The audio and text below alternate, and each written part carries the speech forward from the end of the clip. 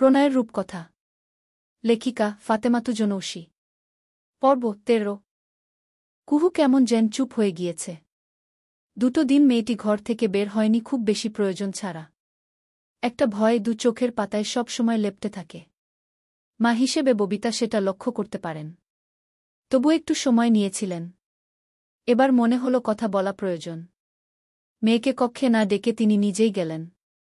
কুহু উদাস ভরা দৃষ্টি দিয়ে জানালার বাইরেটা দেখে চলেছে। মায়ের আগমন ধরতে পারেনি তখনও। কুহু, কি করছিস রে? সহজ করার জন্য এভাবে কথা শুরু করলেন তিনি। কুহু একটু ধীরভাবেই নজর ফিরিয়ে মায়ের পানে চাইল। কি করছিস?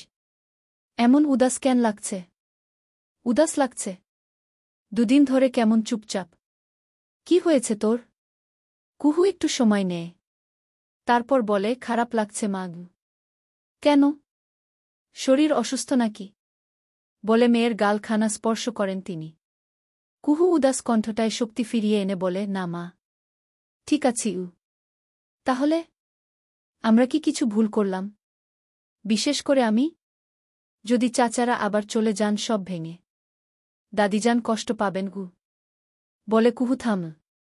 ববিতাও কেমন মৌন রইলেন।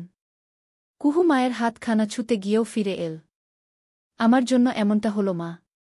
আমি সব নষ্ট করে ফেললাম কুহু, কি সব কথা? আমি কি করব এখন? আমার ভালো লাগছে না। ভয় হচ্ছে ভয় কেন পাচ্ছিস? পাগল নাকি? বলে মেয়ের মাথায় হাত রাখলেন তিনি। কুহুর কেমন কান্না পেল। দেখ, শুরুটা দীপ্র করেছে। দোষ যদি হয়েই থাকে তবে দীপ্র সেটা কুহু কিছু বলল না। চুপ রইল। মা বললেন, তুই নিজেকে দোষ দিবি না। আর চলে যাওয়ার হলে আগেই যেত। তার থেকেও বড় কথা হলো, তোর চাচারা উদ্দেশ্যের জন্যই এসেছে। আমি সেটা ধরতে পারিনি কেমন উদ্দেশ্য মা? ববিতা হতাশ হয়ে বললেন, গ্রাম ছাড়ার আগে তোর দাদার সমস্ত সম্পত্তি ভাগ করে দেয়া হয়েছিল। তারা নিজেদের অংশ বিক্রি করে চলে যায়, নিজেদের স্বার্থ দেখে। অন্যদিকে তোর বাবা নিজের অংশ দিয়ে সবটা আগলে রাখে। এখন তোর দাদিজানের সম্পত্তির প্রতি সবার চোখ। ওনার নামের অংশগুলো ভালো দামে বিক্রি করতে পারবে। এসেছে সেই জন্যই। আমিই বোকা। আবেগে তোর সাথে দীপ্রর বিয়েটা দিতে চেয়েছিলাম বলে হতাশার নিঃশ্বাস ফেললেন তিনি। কুহু বলল, চাচারা আবার চলে যাবেন? যাবেন অবশ্যই। গ্রামে থাকার জন্য তারা এসেছে তোর মনে হয়? তোর দাদিজানের নিঃশ্বাস থাকা অবধিই থাকবেন তারা। মিলিয়ে নিস কুহু কথা বলতে পারল না। বিষয়গুলো এতদিন তার মাথায় আসেনি। মায়েরও আসেনি। তারা ছিল শোকে কাতর। অথচ এখন মনে হচ্ছে সবাই নিজেদের স্বার্থই দেখেছে। মাঝে তাকে বলি করা হচ্ছিল। শুধুই এত সময় নিজেকে দোষ দিচ্ছিল। কুহুর রাগ হল।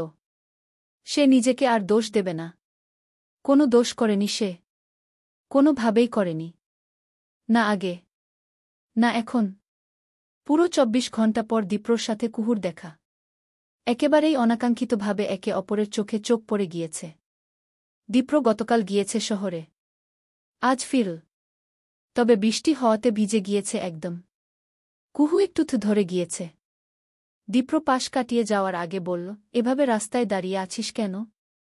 তোর জন্য তো মানুষজন চলতেও পারবে না থমকানো কুহু সরল একটু। দীপ্রর কথার জবাবে বলল, একই কথা তো আমিও বলতে পারি।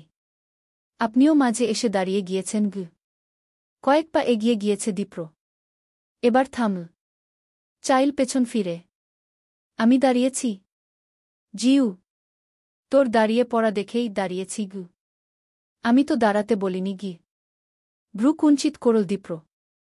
তার বোধহয় বিরক্ত লাগছে। কুহু ছোট করে বলল, সেদিন আমাকে দোষ দিয়েছিলেন। আমি ভেবে দেখেছি কি? আমার কোনো দোষ নেই।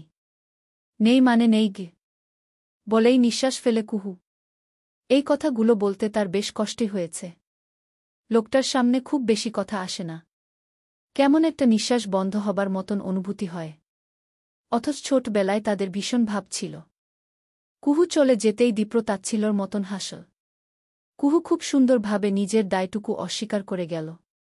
দীপ্র আওড়াল, কুহু, দোষ নেই তোর। দোষ নেই। সব দোষ শুধুই দীপ্রর। মেনে নিলাম আমি। তবু ভালো থাক সবাই।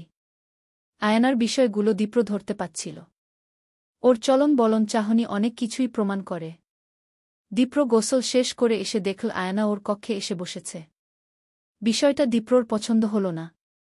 এর কারণ আয়না অনুমতি না নিয়ে এসেছে। অবশ্য এটা বড় সমস্যা না।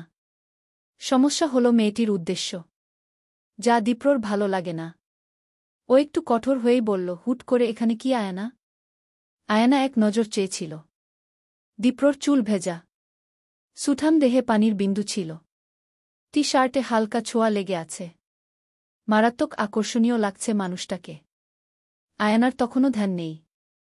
দীপ্র একটু বিরক্ত হল। আয়না ঘি। এবার নড়েচড়ে উঠল মেয়েটি। খানিকটা তুতলে গিয়ে বলল, দাদাভাই আমি এসেছি এমনি গিয়ে। এমনি? সরি বলতে। তুমি কি রাগ করে আছো? আমি আসলে কুঞ্জর ভালোর জন্যই সেদিন কথাগুলো বলেছিলাম। ওর শরীর দিনকে দিন ফুলেই যাচ্ছে, তাই বলেছি গু। টানা কথাগুলো বলে মনমরা হয়ে গেল আয়না।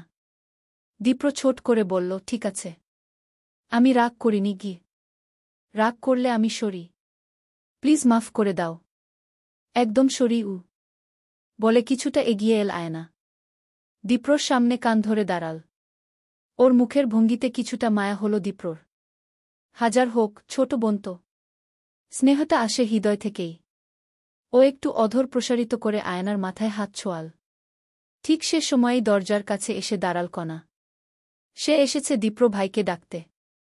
দুপুরের খাবার খাওয়া হবে, তার জন্য বসে আছে সকলে। কিন্তু এই দৃশ্যটি দেখে ওর আর ডাকা হল না। ও বরং এক ছোটে এসে পড়ল কুহুর ঘরে। এসে হাঁপাতে লাগল। কুহু তখন আরশির সামনে দাঁড়িয়ে নিজেকে দেখছিল। সময় খারাপ যাচ্ছে তার। চেহারাটা কেমন হয়ে গিয়েছে। ভার্সিটি যাওয়া হয় না কতদিন। সবটা এলোমেলো হয়ে গেল। কণার হাঁপানোর দৃশ্যটা আরশিতে দেখল কুহু। ভ্রু কুঞ্চিত করল। সুধাল, কি হয়েছে? এভাবে ছুটে এলি কেন? সব ঠিক আছে? কিচ্ছু ঠিক নেই আপু। কিচ্ছু ঠিক নেই। সব শেষ হয়ে গেল রে। সব শেষ হয়ে গেল। জানি ছোট হয়েছে। পরীক্ষার পড়া বাদ দিয়ে লিখলাম। একটু কনসিডার করবেন আশা করি। আর দোয়ায় রাখবেন। চলবে।